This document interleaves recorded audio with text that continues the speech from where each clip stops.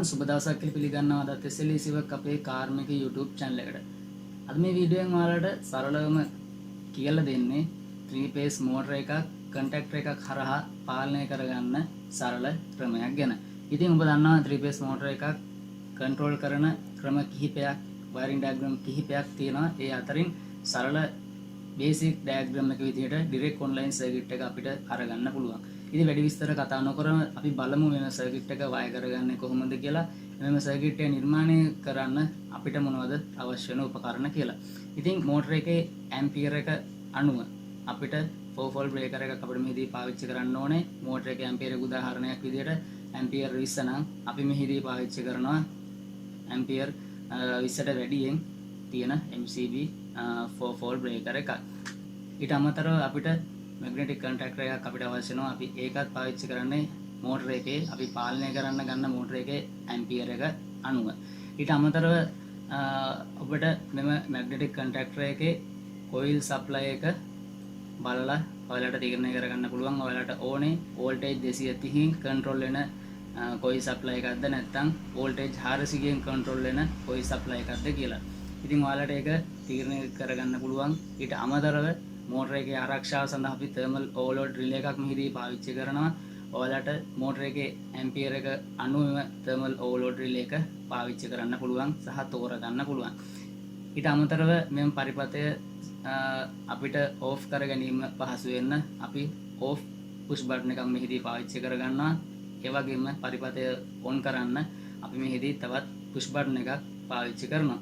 ඉතින් අපි බලමු මෙම පරිපථය on වුණාට පස්සේ අපිට සිග්නල් එකක් එන්න බල්බ් එකක් මෙහිදී මම රතු පාට බල්බ් එකක් පාවිච්චි කරනවා. ඒ වගේම පරිපථය off වුණාම කොළ පාට බල්බ් එක දැල් වෙන්න. ඒ වගේම මේ පරිපථයේ දෝෂයක් වුණොත් high amp ගත්තොත් trip වුණොත් ඒකටත් කහ පාට බල්බ් එකක් on වෙලා අපිට දැනුම් දීමක් සිදු කරගන්න අවශ්‍ය වෙන විදිහට මම මෙහිදී කහ පාට බල්බ් එකක් පාවිච්චි කරගන්නවා. ඊට අමතරව මෙම wiring diagram එක කොටස් දෙකකට බෙදුවොත් එකක් power wiring එක අනිත් එක control wiring එක. අපිට control wiring එක හදිසි අවස්ථාවකදී විසන්ධි කර ගැනීම සඳහා MCB breaker එකක් අපි මෙහිදී පාවිච්චි කරනවා. ඒ MCB breaker එක අපිට පුළුවන් මෙම control wiring diagram එකට පාවිච්චි කරන්න. ඊට අමතරව මම මෙහිදී 3 phase motor එකක් තමයි පාවිච්චි කරන්නේ. අපි ඒකේ රූප සටහන මම මෙහිදී අරගෙන අවිල්ලා තියෙනවා. අපි බලමු දැන් කොහොමද මේක wire කරගන්නේ කියලා. ඉතින් මම මෙහිදී 3 phase connection එක red yellow blue විදිහට මම ඔයාලට පහසු වෙන විදිහට මෙතනදී 4 volt breaker එකට input කරගන්නවා. ඊට අමතරව අපි power wiring එක input කරගන්නවා contactor එකේ ඉහළ terminal වලට. ඉතින් හරිම ලේසි power wiring එක අපි ලබා දෙන්නේ 3 phase හින්දා phase කිහිපය phase 3 අපි මෙහිදී contactor එකේ ඉහළ කොටසට ලබා දීම සිදු කරගන්න. උදාහරණයක් විදිහින් L1 L2 L3 විදිහට. ඒ වගේම මෝටර එකට thermal overload relay එක හරහා අපි මෝටර එකට එම වයර් 3 supply එක input කරගන්නවා. ඔබ මෙම පරිපථය නිර්මාණය කරලා පස්සේ මෝටර එකේ කරගෙන දිශාව වෙනස් වුණොත් ඔබට පුළුවන් phase දෙකක් මාරු කරලා එම දෝෂය निराකරණය කරගන්න. දැන් අපි power wiring එක කරගෙන ඉවරයි. අපිට දැන් ඕන control wiring එක මෙහිදී සිදු කරගන්න. අපි මෙහි උදාහරණයක් විදිහට සජීවී වයරයක් අරගෙන සජීවී live connection එකක් අරගෙන අපි MCB එකට input කරගන්නවා. මොකද අපිට power wiring එකට අමතරව control wiring එක MCB එක හරහා off කරගන්න ඕන හින්දා MCB එකට අපි උදාහරණයක් විදිහට L1 කියන live wire එක මෙහිදී MCB එකට input කරගෙන අපි මේ පරිපථය thermal overload එක හරහා තමයි මෝටර එකට ලබා දෙන්න ඕනේ. මොකද උදාහරණයක් විදිහට ඔබ දන්නා ශීතකරණ එක වුණත් කම්ප්‍රෙසර් එකට විදුලිය ලැබෙන්නේ overload එක හරහා. ඉතින් මෙම thermal overload එකේ overload position එක 95 96 කියන contact point වලට අපිට ලබා දීලා 96 කියන contact point එකේ wire එකක් අරගෙන අපිට පුළුවන් off push button එකට supply එක input කරගන්න. මොකද MCB breaker එකට පසුව අපිට අවශ්‍ය වෙන මේ circuit එක off කරගන්න off push button එක හරහා. off push button එකට අමතරව ඊට පස්සේ අපි supply එක අරන් යනවා. අපි මේ පරිපථය on කරන normally open කියන on push button එකට. අපි මෙම පරිපථය on කරන්න ඒ කියන්නේ මෙම control circuit එකට power එක ලබා දීලා අපිට පුළුවන් මෙම magnetic coil එකේ contact point වලට වයර් සම්බන්ධ කිරීමක් සිදු කරගන්න. ඉතින් ඒ කියන්නේ මෙම on push button එක press කරාට පස්සේ magnetic coil එක තමයි ක්‍රියාත්මක වෙන්නේ. එසේ වුණාම මෙම power wiring එක motor එකට සම්බන්ධ වීමක් සිදු වෙනවා. ඉතින් මෙහිදී අපි A1 කියන contact point එකට තමයි මෙහිදී සජීව වයර් එක සම්බන්ධ කරන්නේ. පරිපථයේ සම්බන්ධ වීම සඳහා A2 එකට අපි සම්බන්ධ කරනවා ප්‍රධාන neutral wire එක. දැන් coil supply එක, ඒ කියන්නේ 230 voltage coil supply එකට wire connection එක දීගෙන ඉවරයි. දැන් අපි බලමු මෙන්න මේ අපි මෙතන on කරන කොළ පාට push button එක press කරාට පස්සේ සජීව වයර් එක A1 එකට ලැබෙනවා. ඒ වගේම මෙතන direct neutral එක A2 එකට සම්බන්ධ කරලා තියෙන හින්දා මෙම contactor එක ක්‍රියාත්මක වෙනවා. නැත්නම් අපි කියනවා close වෙනවා කියලා. එතකොට මෙම supply එක motor එකට ගමන් කරනවා. ඒත් අපි මෙම push button එක හරහා විදුලිය ගමන් කරන්නේ මේ push button එක ඔබන් ඉන්න තාක් පමණි. අපි මෙතන අතහැරියාම මෙම supply එක මෙතනින් යාම විසන්ධි වෙනවා. ඉතින් අපිට මේ motor එක ක්‍රියාත්මක කරන්න මේක නිතරම press කරන් ඉන්න සිදුවන ඉතින් ඒ ප්‍රායෝගික නැති හින්දා අපිට සිදුවෙන මෙම push button එක වරක් පමණක් press කරාට පස්සේ මෙම circuit එක දිගින් දිගටම ක්‍රියාත්මක වෙන්න නිර්මාණය කරන්න. ඉතින් අපි ඒ සඳහා පාවිච්චි කරනවා normally open කියන auxiliary contact point දෙක. මේක විශේෂයෙන් මම වීඩියෝ එක යන අතරතුර මම කියන්නම්. contactor එක සාමාන්‍ය අවස්ථාවේ තියෙනකොට විදුලිය නැති අවස්ථාවේ තියෙනකොට මේ contact point දෙක සම්බන්ධ වෙන්නේ නැහැ. එතකොට විදුලිය ලැබුණාම තමයි මෙන්න මේ normally open කියන contact point දෙක සම්බන්ධ වෙන්නේ. ඒ කියන්නේ coil එක ඇල්ලුවාම තමයි මෙම contact point දෙක අතර සම්බන්ධතාවය ඇති වෙන්නේ. ඒ වගේම තමයි මේක ප්‍රතිවිරුද්ධ ක්‍රියාව වෙනවා normally close කියන contact point. මේක සාමාන්‍ය අවස්ථාවේ contactor එක ක්‍රියාත්මක නැති අවස්ථාවේ මේ දෙක අතර සම්බන්ධතාවයක් තියෙනවා. contactor එක coil එක ඇල්ලුවාම මේ දෙක අතර සම්බන්ධතාවය විසන්ධි වෙනවා. අපි මෙන්න මේක තමයි මෙහිදී පාවිච්චි කරන්නේ. මෙම on push button එක press කරාට පස්සේ දිගින් දිගටම මෙම circle එක ක්‍රියාත්මක වෙන්න සඳහා. ඉතින් අපි බලමු දැන් අපි normally open එකට අපි direct supply එකක් ලබා ගමු. මෙන්න මේ off කියන push button එකෙන් පස්සේ ලබා දෙන සජීව වයර් එකක් අපි සම්බන්ධ කරගමු. normally open කියන auxiliary contact point එකට input කරගත්තා. දැන් ඔයාලා හිතන්න මේකේ contactor එක off වෙලා තියෙන්නේ. ඉතින් off වෙලා තියෙන අවස්ථාවේ මෙන්න මෙතෙන්ට වෙනකම් මෙම සජීව වයර් එක සම්බන්ධ වෙනවා. off වෙලා තියෙන හින්දා මෙන්න මෙතනින් එහාට මේක සම්බන්ධ වීමක් සිදු වෙන්නේ නැහැ. මෙතන තියෙන supply එක මෙතෙන්ට ගමන් කරන්නේ නැහැ. දැන් ඔයාලා හිතන්න මේ contactor එක ක්‍රියාත්මක වෙලා තියෙන්නේ. coil එක අල්ලලා තියෙන්නේ. අන්න එතකොට මෙන්න මෙතෙන්ට මේ ලබා දීපු සජීව වයර් එක සම්බන්ධ වීමක් සිදු වෙනවා. අපි ඒක අරගෙන අපි සම්බන්ධ කිරීමක් සිදු කරනවා coil supply එකේ A1 එකට. දැන් ඔයාලා හිතන්න මෙම පරිපථය on කිරීම සඳහා අපි මෙන්න මේ push button එක on කරනවා. on කරලා පස්සේ මෙතනින් supply එක ගිහිලා A1 එකට සම්බන්ධ වෙනවා. ඒ වගේම A2 එකට neutral එක ලබා දෙලා හින්දා මේ පරිපථය නැත්තම් contactor එක අල්ලනවා.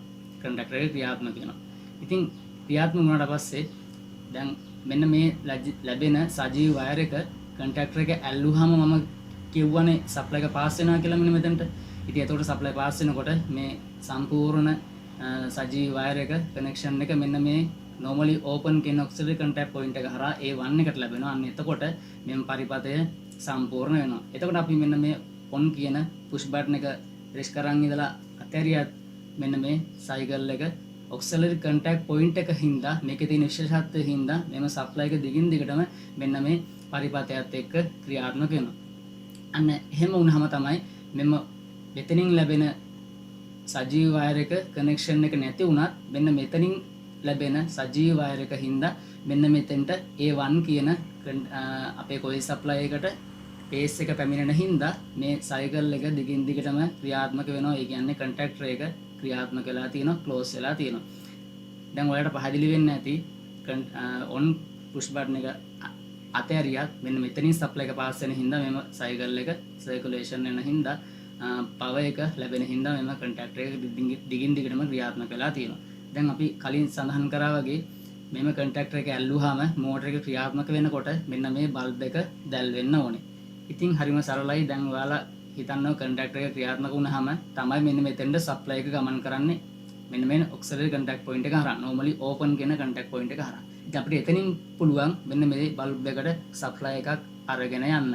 මොකද හේතුව කන්ටැක්ටර් එක ඇල්ලුවාම විතරයි මෙන්න මේ normally open කියන contact point එකට supply ගමන් කරන්නේ. ඉතින් එතකොට තමයි අපිට අවශ්‍ය වෙන්නේ මෙන්න මේ බල්බ් එක on කරගන්න. ඉතින් අපි මේ බල්බ් එකටත් අපි නිව්ට්‍රල් එකක් ලබා දෙමු. දැන් ඔයාලා හිතන්න කන්ටැක්ටර් එක අල්ලලා තියෙන්නේ. කන්ටැක්ටර් එක අල්ලලා තියෙන හින්දා මෙන්න මෙතනින් ඇවිල්ලා සප්ලයි එක ඇවිල්ලා මේ කන්ටැක්ටර් එකේ A1 එකට සප්ලයි ගමන් කරනවා. එතකොට දිගින් දිගින්ම කන්ටැක්ටර් එක ක්‍රියාත්මක වෙනවා. ඒත් එක්කම මේ ලැබෙන සජීව වයර් එක ගමන් කරනවා මෙන්න මේ රතු පාට බල්බ් එකට. එතකොට බල්බ් එක දැල් වෙනවා. දැන් පරිපතය ඔන් වෙලා තියෙන වෙලාවට මේ මෝටරේ ක්‍රියාත්මක වෙලා තියෙන වෙලාවට මෙන්න මේ බල්බ් එක ඔන් වෙනවා.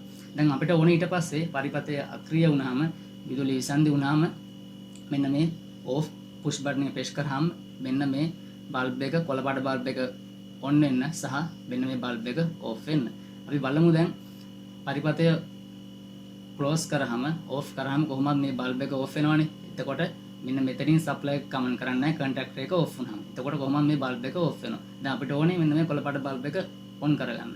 අපිට ඒ සඳහා පාවිච්චි කරන්න පුළුවන් මෙන්න මේ normally close කියන contact point එක. මම කලින් කිව්වා වගේ කන්ටැක්ටර් එක ක්‍රියා විරහිත වෙලා තිනකොට මෙන්න මේ දෙක සම්බන්ධයි. ක්‍රියා විරහිත වෙලා තිනකොට. ඉතින් එතකොට අපිට පුළුවන් මෙතෙන්ට direct supply එකක් සම්බන්ධ කරලා අපිට ඒක ප්‍රයෝජනයට ගන්න මෙන්න මේ බල්බ් එක ඔන් කරන්න කන්ටැක්ටර් එක ඕෆ් වෙලා තියෙන වෙලාවට. දැන් ඔයාලා හිතන්න මේ කන්ටැක්ටර් එක ඕෆ් කියලා තියෙන්නේ. ඒ කියන්නේ අපි මෙන්න මේ පුෂ් බටන් එක ප්‍රෙස් කරලා මේ පරිපතය ඕෆ් කරලා තියෙන්නේ. අන්න එතකොට දැන් ඔයාලා හිතන්න මෙන්න මේ සජීව වයර් එක මෙතන එනකන් direct live වයර් එකක් අපිට පැමිණෙනවා. පැමිණිලා දැන් මේ කන්ටැක්ටර් එක කොයිල් එක ඕෆ් වෙලා තියෙනකොට මම කියවනේ මෙන්න මේ කන්ටැක්ට් පොයින්ට් සම්බන්ධ වෙනවා කියලා. අන්න එතකොට මේ සජීව වයර් එක නොකැඩි දිගින් දිගට මෙන්න මේ බල්බ් එකට ලැබෙනවා. අන්න එතකොට අපිට පුළුවන් මේ බල්බ් එක දැල්ව ගන්න.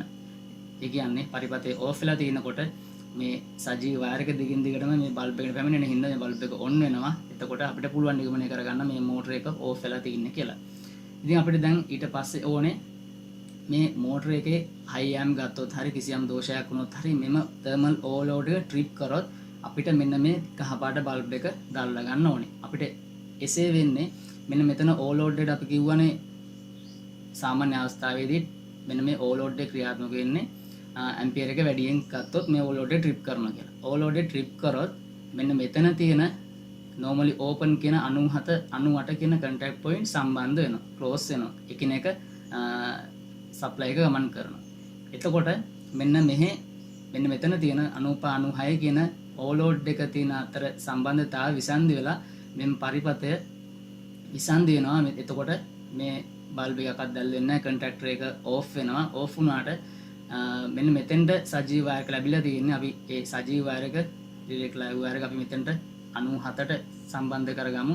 94 සම්බන්ධ කරලා 98න් අපිට පුළුවන් මෙන්න මේ කහපාට බල්බ් එකට කනෙක්ෂන් එක යවා ගන්න. දැන් ඔයාලා හිතන්න දැන් මේ ඕවර්ලෝඩ් එක ට්‍රිප් වෙලා තියෙන්නේ. මේ මෝටරේ ඇම්පියර් එක අරගෙන හයි ඇම්ප් අරගෙන ට්‍රිප් වෙලා තියෙන්නේ. එතකොට ට්‍රිප් වුණාට පස්සේ මේ ඕවර්ලෝඩ් එකට 96 කියන පොසිෂන් එකට සප්ලයි පාස් වෙන්නේ නැහැ. මොකද එතකොට ට්‍රිප් වුණාට පස්සේ මේ දෙක අතර තියෙන සම්බන්ධතාවය විසන්ධි වෙනවා. මේ පරිපතය ඕෆ් වෙනවා. ඒ වගේම තමයි මෙම තර්මල් ඕවර්ලෝඩ් එක ට්‍රිප් වුණාට පස්සේ ක්‍රියාත්මක වුණාට පස්සේ මෙන්න මෙතන තියෙන කන්ටැක්ට් පොයින්ට් දෙක සම්බන්ධ වීම හින්දා මෙම සජීව වයර් එක සම්බන්ධ වෙනවා මෙන්න මේ ට්‍රිප් කියන කහපාට බල්බ් එකට. එතකොට මෙන්න මේ කහපාට බල්බ් එකපත් වෙනවා.